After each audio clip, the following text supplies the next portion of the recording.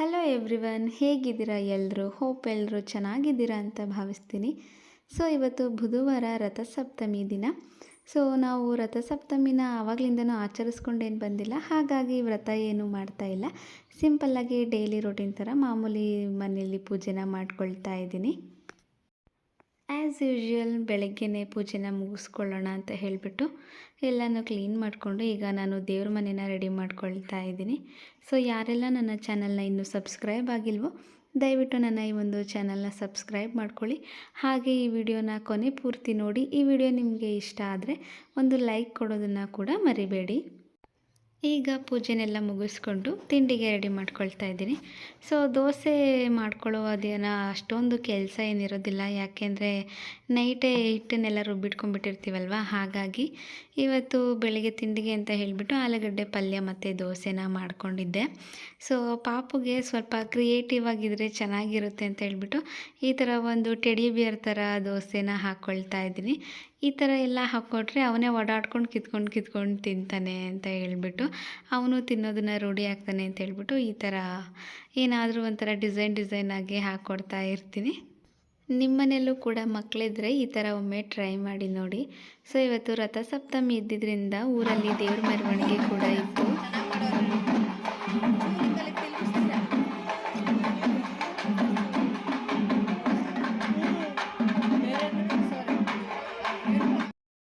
So ಏನು ಗೊತ್ತಾ, ನಾವು ಯಾವಾಗಲೂ ಮನೆಯಲ್ಲಿ ಕಾಫಿ ಟೀಗೆ ಅಂತ ಹೇಳ್ಬಿಟ್ಟು ನಂದಿನಿ ಆರೆಂಜ್ ಕಲರ್ ಪ್ಯಾಕೆಟ್ ಹಾಲು ಬರುತ್ತಲ್ಲ ಅದನ್ನೇ ಯೂಸ್ ಮಾಡೋದು.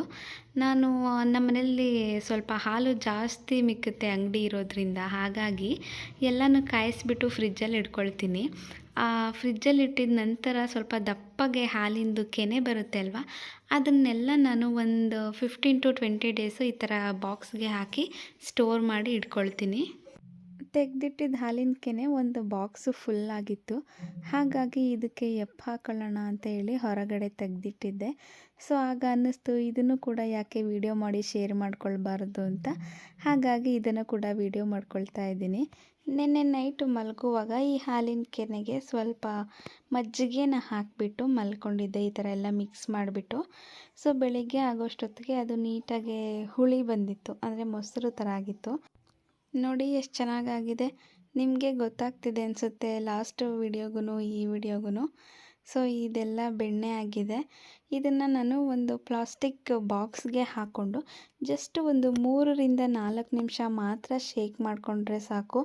ಎಷ್ಟು ಬೇಗ ಬೆಣ್ಣೆ ಬಂದುಬಿಡುತ್ತೆ ಗೊತ್ತಾ, ತುಂಬ ಚೆನ್ನಾಗಿರುತ್ತೆ, ಖುಷಿಯಾಗುತ್ತೆ. ನಾವು ಪ್ಯಾಕೆಟ್ ಹಾಲಿಂದ ಬಂದಿರೋ ಬೆಣ್ಣೆ ನಾವೇ ಮಾಡಿದ್ದು ಅಂದರೆ ಇನ್ನೂ ಖುಷಿಯಾಗುತ್ತೆ ಅಲ್ವಾ. ಈಗ ಕೆನೆನೆಲ್ಲ ಒಂದು ಬಾಟಲ್ಗೆ ಹಾಕ್ಕೊಂಡಿದ್ದೀನಿ. ಅದ್ರ ಜೊತೆಗೆ ಒಂದು ಸ್ವಲ್ಪ ನಾರ್ಮಲ್ ವಾಟರ್ನ ಹಾಕ್ಕೊಳ್ಬೇಕು, ಯಾಕೆಂದರೆ ಕೆನೆ ತುಂಬ ಗಟ್ಟಿ ಇರುತ್ತೆ ಅಲ್ವ, ಹಾಗಾಗಿ ಸ್ವಲ್ಪ ನೀರಿದ್ದರೆ ನಮಗೆ ಶೇಕ್ ಮಾಡೋದಕ್ಕೆ ಚೆನ್ನಾಗಾಗುತ್ತೆ ಅಂತ ಹೇಳಿಬಿಟ್ಟು. ಸೊ ನೋಡಿ ಇವಾಗ ಜಸ್ಟ್ ಒಂದು 3ರಿಂದ 4 ನಿಮಿಷನೂ ಆಗಿಲ್ಲ ನಾನು ಶೇಕ್ ಮಾಡಿಬಿಟ್ಟು, ಎಷ್ಟು ಚೆನ್ನಾಗಿ ಬಂದಿದೆ ಗೊತ್ತಾ ಬೆಣ್ಣೆ.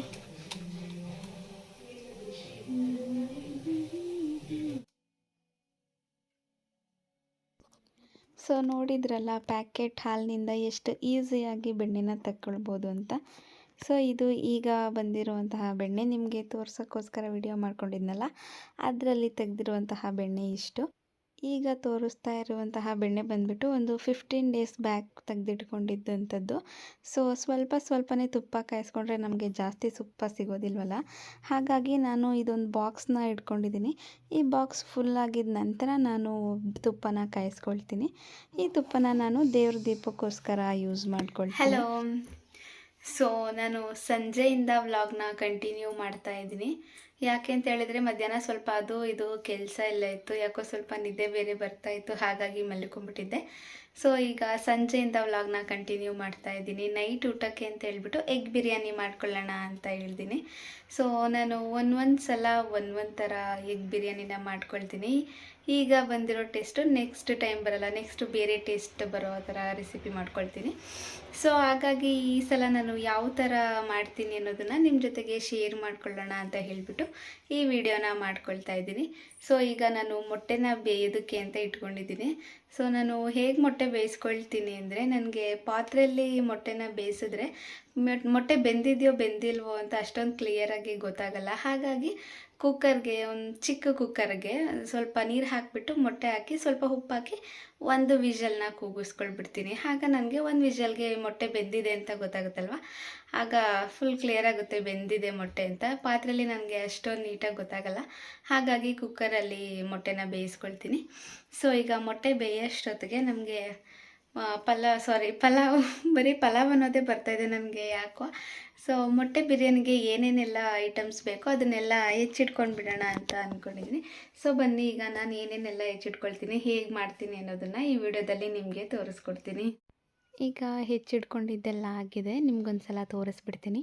ಸ್ವಲ್ಪ ಕೊತ್ತಂಬರಿ ಸೊಪ್ಪು, ಒಂದು 10 ಹಸಿಮೆಣಸಿನ್ಕಾಯಿ, 3 ಈರುಳ್ಳಿ, ಶುಂಠಿ ಮತ್ತು ಬೆಳ್ಳುಳ್ಳಿನ ಚಿಕ್ಕ ಚಿಕ್ಕದಾಗಿ ಕಟ್ ಮಾಡಿ ಇಟ್ಕೊಂಡಿದ್ದೀನಿ. 4ರಿಂದ 5 ಟೊಮ್ಯಾಟೋನ ಉದ್ದುದ್ದಕ್ಕೆ ಕಟ್ ಮಾಡಿ ಇಟ್ಕೊಂಡಿದ್ದೀನಿ.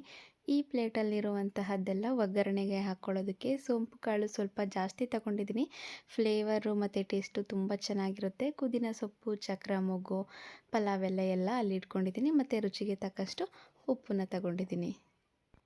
ನಾನಿಲ್ಲಿ ಒಂದು ಪ್ಯಾನ್ಗೆ 1-2 ಚಮಚ ಆಯಿಲ್ನ ಹಾಕ್ಕೊಂಡಿದ್ದೀನಿ. ಆಯಿಲ್ ಒಂದು ಸ್ವಲ್ಪ ಕಾಯ್ದಿದ ನಂತರ ಇದಕ್ಕೆ 1 ಚಮಚ ಧನಿಯಾ ಪುಡಿ, 1 ಚಮಚ ಗರಂ ಮಸಾಲ, ಚಿಟಿಕೆ ಅರಿಶಿನ ಹಾಗೆ ಸ್ವಲ್ಪ ಉಪ್ಪನ್ನು ಹಾಕ್ಕೊಂಡು ಅದನ್ನು ಚೆನ್ನಾಗಿ ಮಿಕ್ಸ್ ಮಾಡ್ಕೊಳ್ತಾ ಇದ್ದೀನಿ.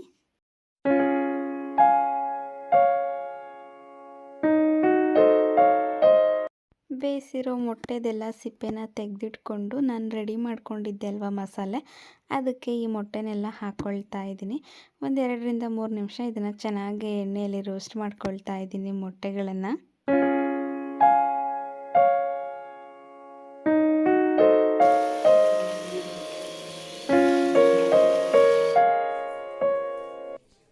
ಸೊ ಮೊಟ್ಟೆನೆಲ್ಲ ರೆಡಿ ಮಾಡ್ಕೊಂಡಾಯಿತು. ಈಗ ಒಂದು ಕುಕ್ಕರ್ಗೆ ಒಂದು ಸ್ವಲ್ಪ ಆಯಿಲ್ನ ಹಾಕ್ಕೊಳ್ತಾ ಇದ್ದೀನಿ. ಇದಕ್ಕೆ ಚಕ್ರ ಮೊಗ್ಗು, ಪಲಾವ್ ಎಲೆ ಮತ್ತು ಸೋಂಪು ಕಾಳು ಮಾಡ್ಕೊಳ್ತಾ ಇದ್ದೀನಿ. ಮತ್ತು ಪುದೀನ ಸೊಪ್ಪನ್ನು ಒಗ್ಗರಣೆಗೆ ಹಾಕ್ಕೊಂಡ್ರೆ ಫ್ಲೇವರ್ ತುಂಬ ಚೆನ್ನಾಗಿರುತ್ತೆ. ಪುದೀನ ಸೊಪ್ಪನ್ನು ಕೂಡ ಹಾಕ್ಕೊಂಡಿದ್ದೀನಿ. 8ರಿಂದ 10 ಹಸಿಮೆಣಸಿನ್ಕಾಯಿ ಹಾಕ್ಕೊಂಡಿದ್ದೀನಿ. ಶುಂಠಿ ಮತ್ತು ಬೆಳ್ಳುಳ್ಳಿನ ಚಿಕ್ಕ ಚಿಕ್ಕದಾಗಿ ಕಟ್ ಮಾಡ್ಕೊಂಡು ಹಾಕ್ಕೊಂಡಿದ್ದೀನಿ. ನಿಮಗೆ ಕಟ್ ಮಾಡ್ಕೊಂಡು ಹಾಕ್ಕೊಳ್ಳೋದು ಇಷ್ಟ ಇಲ್ಲ ಅಂತ ಅಂದರೆ ನೀವು ಗ್ರೈಂಡ್ ಮಾಡಿ ಪೇಸ್ಟ್ನ ಮಾಡಿ ಕೂಡ ಹಾಕ್ಕೊಳ್ಬಹುದು. ಶುಂಠಿ ಬೆಳ್ಳುಳ್ಳಿ ಒಂದು 2 ಮಿನಿಟ್ಸು ಫ್ರೈ ಆಗಿದ ನಂತರ ನಾನು 2ರಿಂದ 3 ಈರುಳ್ಳಿನ ಕಟ್ ಮಾಡಿ ಇಟ್ಕೊಂಡಿದ್ದೆ. ಈರುಳ್ಳಿನ ಸಹ ಹಾಕ್ಕೊಂಡು ಜಸ್ಟ್ ಒಂದು 5 ಮಿನಿಟ್ಸು ನಾನು ಫ್ರೈ ಮಾಡ್ಕೊಳ್ತೀನಿ. ಈರುಳ್ಳಿ ಎಲ್ಲ ಸ್ವಲ್ಪ ಕೆಂಪಗಾಗಬೇಕು, ಅಲ್ಲಿವರೆಗೂ ಫ್ರೈ ಮಾಡ್ಕೊಳ್ಬೇಕು. ಹಾಗೆಯೇ 2 ಚಮಚ ತುಪ್ಪನ ಸಹ ನಾನು ಹಾಕ್ಕೊಳ್ತಾ ಇದ್ದೀನಿ. ನಂತರ ಈರುಳ್ಳಿ ಎಲ್ಲ ರೋಸ್ಟ್ ಆದಮೇಲೆ ಟೊಮೆಟೊನ ಹಾಕ್ಕೊಳ್ತಾ ಇದ್ದೀನಿ. 4ರಿಂದ 5 ಟೊಮೆಟೊನ ಹಾಕ್ಕೊಂಡಿದ್ದೀನಿ. ಒಂದು 10 ನಿಮಿಷ ಟೊಮೊಟೊನೆಲ್ಲ ಚೆನ್ನಾಗಿ ಬಾಯ್ಲ್ ಮಾಡ್ಕೊಂಡಿದ್ದ ನಂತರ 1 ಚಮಚ ಧನಿಯಾ ಪುಡಿ, 1 ಚಮಚ ಗರಂ ಮಸಾಲ, ರುಚಿಗೆ ತಕ್ಕಷ್ಟು ಉಪ್ಪು ಮತ್ತು ಸ್ವಲ್ಪ ಅರಿಶಿನ ಪುಡಿನ ಹಾಕ್ಕೊಂಡಿದ್ದೀನಿ. ಚೆನ್ನಾಗಿ ಅದನ್ನೆಲ್ಲ ಮಿಕ್ಸ್ ಮಾಡ್ಕೊಳ್ಬೇಕು. ನಂತರ ನಾನು 1 ಬೌಲ್ ಅಕ್ಕಿನ ತೊಳೆದ್ಬಿಟ್ಟು ಹಾಕ್ಕೊಂಡಿದ್ದೀನಿ. ಅದೇ ಅಳತೆ ಬೌಲಲ್ಲಿ 2 ಬೌಲಷ್ಟು ನೀರನ್ನು ಹಾಕ್ಕೊಳ್ತಾ ಇದ್ದೀನಿ.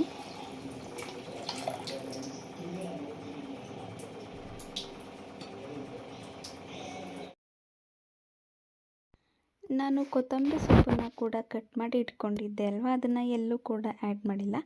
ನಿಮಗೆ ಬೇಕು ಅಂದರೆ ಈಗ ಅದನ್ನು ಆ್ಯಡ್ ಮಾಡ್ಕೊಳ್ಬಹುದು, ಆದರೆ ನಾನು ಯಾವಾಗಲೂ ಹೀಗೆ ಮಾಡ್ತಿದ್ದೆ ಅಲ್ವಾ, ಆದರೆ ನಾನೀಗ ಬೇರೆ ಥರ ಹಾಕೋಣ ಅಂತ ಹೇಳ್ಬಿಟ್ಟು ಎಗ್ ಬಿರಿಯಾನಿ ಎಲ್ಲ ರೆಡಿ ಆಗಿದ್ದ ನಂತರ ತಿನ್ನುವಾಗ ಹಾಕ್ಕೊಂಡ್ರೆ ಚೆನ್ನಾಗಿರುತ್ತೆ ಅಂತ ಹೇಳ್ಬಿಟ್ಟು ಕೊನೆಯದಾಗಿ ಹಾಕ್ಕೊಳ್ಳೋಕ್ಕೆ ಹಾಗೆ ಇಟ್ಕೊಂಡಿದ್ದೀನಿ.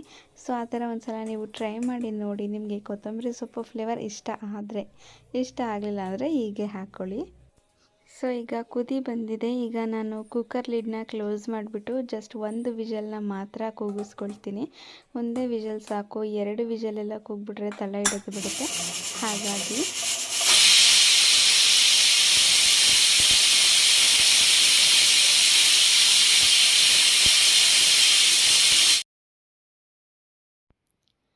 ಸೊ ಈಗ 1 ವಿಷಲ್ ಆಯಿತು, ಗಾಳಿ ಎಲ್ಲ ಹೋಗಿದೆ.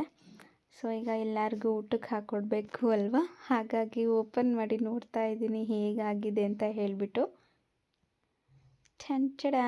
ಸೊ ಚೆನ್ನಾಗಾಗಿದೆ. ಟೇಸ್ಟು ಯಾವಾಗಲೂ ಒಂದೊಂದು ಸಲ ಒಂದೊಂದು ಥರ ನಾನು ಮಾಡ್ತೀನಿ, ಒಂದೇ ಥರ ಯಾವಾಗಲೂ ಮಾಡಲ್ಲ, ಡಿಫ್ರೆಂಟಾಗಿ ಮಾಡ್ತಾಯಿರ್ತೀನಿ. ಈ ಸಲ ಈಗ ಮಾಡಿದ್ರೆ ನೆಕ್ಸ್ಟ್ ಟೈಮ್ ಬೇರೆ ಥರ ಮಾಡಿರ್ತೀನಿ. ಸೊ ನೋಡಿ ಎಷ್ಟು ಚೆನ್ನಾಗಾಗಿದೆ ಅಂತ ಹೇಳ್ಬಿಟ್ಟು. ಟೇಸ್ಟು ಕೂಡ ತುಂಬ ಚೆನ್ನಾಗಿತ್ತು. ನಾನೀಗ ಕೊತ್ತಂಬರಿ ಸೊಪ್ಪನ್ನು ಹಾಕ್ಕೊಳ್ತಾ ಇದ್ದೀನಿ. ಇದು ಕೂಡ ಡಿಫ್ರೆಂಟ್ ಆಗಿರುತ್ತೆ ಟೇಸ್ಟ್ ಹಾಗಾಗಿ. ಸೊ ನಿಮಗೆ ಇದು ಎಗ್ ಬಿರಿಯಾನಿ ನಿಮಗೆ ಇಷ್ಟ ಆಗಿದರೆ ನೀವು ಕೂಡ ಒಂದು ಸಲ ನಿಮ್ಮ ಮನೆಯಲ್ಲಿ ಟ್ರೈ ಮಾಡಿ ನೋಡಿ.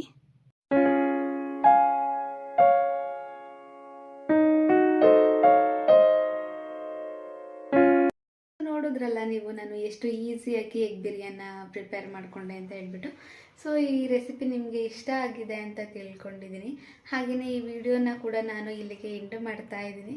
ಈ ರೆಸಿಪಿ ನಿಮಗೆ ಇಷ್ಟ ಆಗಿದರೆ ದಯವಿಟ್ಟು ಲೈಕ್ ಮಾಡಿ, ಕಮೆಂಟ್ ಮಾಡಿ, ಹಾಗೂ ನಿಮ್ಮ ಫ್ರೆಂಡ್ಸ್ ಆ್ಯಂಡ್ ಫ್ಯಾಮಿಲಿ ಜೊತೆಗೆ ಕೂಡ ಶೇರ್ ಮಾಡಿ. ಹಾಗೆ ನನ್ನ ಚಾನಲ್ನ ಸಬ್ಸ್ಕ್ರೈಬ್ ಆಗೋದನ್ನು ಮರಿಬೇಡಿ. ಕೊನೆಯ ತನಕ ನನ್ನ ವಿಡಿಯೋನ ನೋಡಿದ್ದಕ್ಕೆ ಧನ್ಯವಾದಗಳು. Thank you so much all.